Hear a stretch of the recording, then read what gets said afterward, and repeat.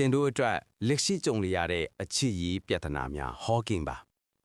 တင်ကိုတင်ချစ်သူတို့မဟုတ်တင်မျော်လင့်ထားတဲ့သူကတကယ်တမ်းတန်ဖိုးထားရလားဆိုတဲ့မေးခွန်းကတင်ကိုညာတိုင်းနှိပ်စက်နေတယ်မဟုတ်လားတင်တို့ရဲ့လက်ရှိအချစ်ကတ်တွေကိုဆရာဖတ်ကြည့်တဲ့အခါမှာအဓိကအဆင့်ခေါ်မှုနှစ်ခုကိုတွေ့ရပါတယ်အတစ်တင်ဟာတင်ချစ်သူနဲ့ပတ်သက်ပြီးလုံခြုံမှုအပြည့်အဝမခံစားရဘူးဖြစ်နေတယ်တခါတလေသူတို့ရဲ့အပြုအမူတွေကတင်ကိုအထင်မှားစရာတန်တရားဝင်စရာတွေချစ်စေတယ်တင်ဘက်ကမေးလိုက်လဲမြက်အထင်လွဲတာပါဆိုပြီးပယ်ချခံရတာမျိုးတွေကြုံရတဲ့အခါတင်ရင်ထဲမှာစိတ်ဖိစီးမှုတွေနဲ့မပြေလည်မှုတွေစုပုံနေပါတယ်ဒီလိုစိတ်ပူပန်နေရတဲ့အခြေအနေကိုပွေးပိုက်မထားပါနဲ့တော့တင်ရဲ့ယူသားတဲ့ခံစားချက်ကိုသူတို့ကိုတီးငင်းစွာဖွင့်ပြောဖို့အချိန်တန်ပြီဆွဆွဲချင်းထက်တင်ဘာကိုခံစားနေရလဲဆိုတာကိုသာပြောပါ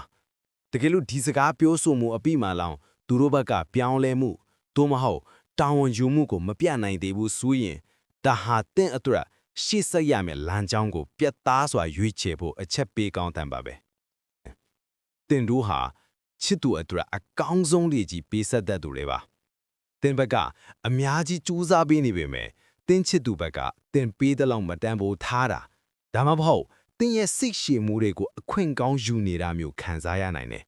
ဒါကြောင့်တင်ရင်ထဲမှာ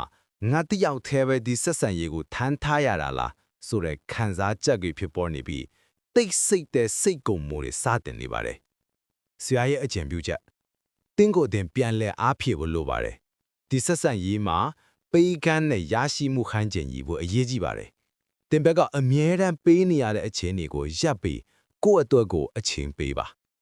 ဒီလိုကိုယ့်ရဲ့တန်ဖိုးကိုမြင့်တင်ပြသလိုက်ခြင်းအားဖြင့်တင်းချစ်သူဟာတင်းရဲ့တန်ဖိုးကိုပြန်လဲမြင်တွေ့လာပါလိမ့်မယ်ကိုယ့်ရဲ့လိုအပ်ချက်တွေကိုရဲရဲဝံ့ဝံ့ပြောပါအချစ်ရေးမှာအခက်အခဲဆိုတာရှိပေမဲ့ဒီပြဿနာတွေကိုဖြေရှင်းနိုင်တဲ့ခွန်အားဟာတင်းရဲ့ရင်ထဲမှာရှိနေပါတယ်ဒီဟော့ကင်းမှာတင်းရဲ့လက်ရှိအချစ်ရေးအခြေအနေနဲ့တိုက်ဆိုင်နေဆိုရင်လိုက်ပေးပြီး save ထောက်လိုက်ပါဒါပေမဲ့တင်တို့နှုတ်ဦးရအနာဂတ်လမ်းကြောင်းကဘလို့လဲ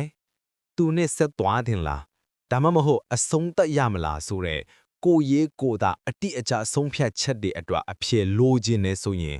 ဆရာရဲ့ profile တွေက message ပို့တဲ့နေရာကိုလာခဲ့ပါကတ်တဲ့နဲ့တင်းရဲ့အချစ်ရေးအနာဂတ်ကိုတိကျစွာဖတ်တဲ့ဖို့အစင်သင့်ပါပဲ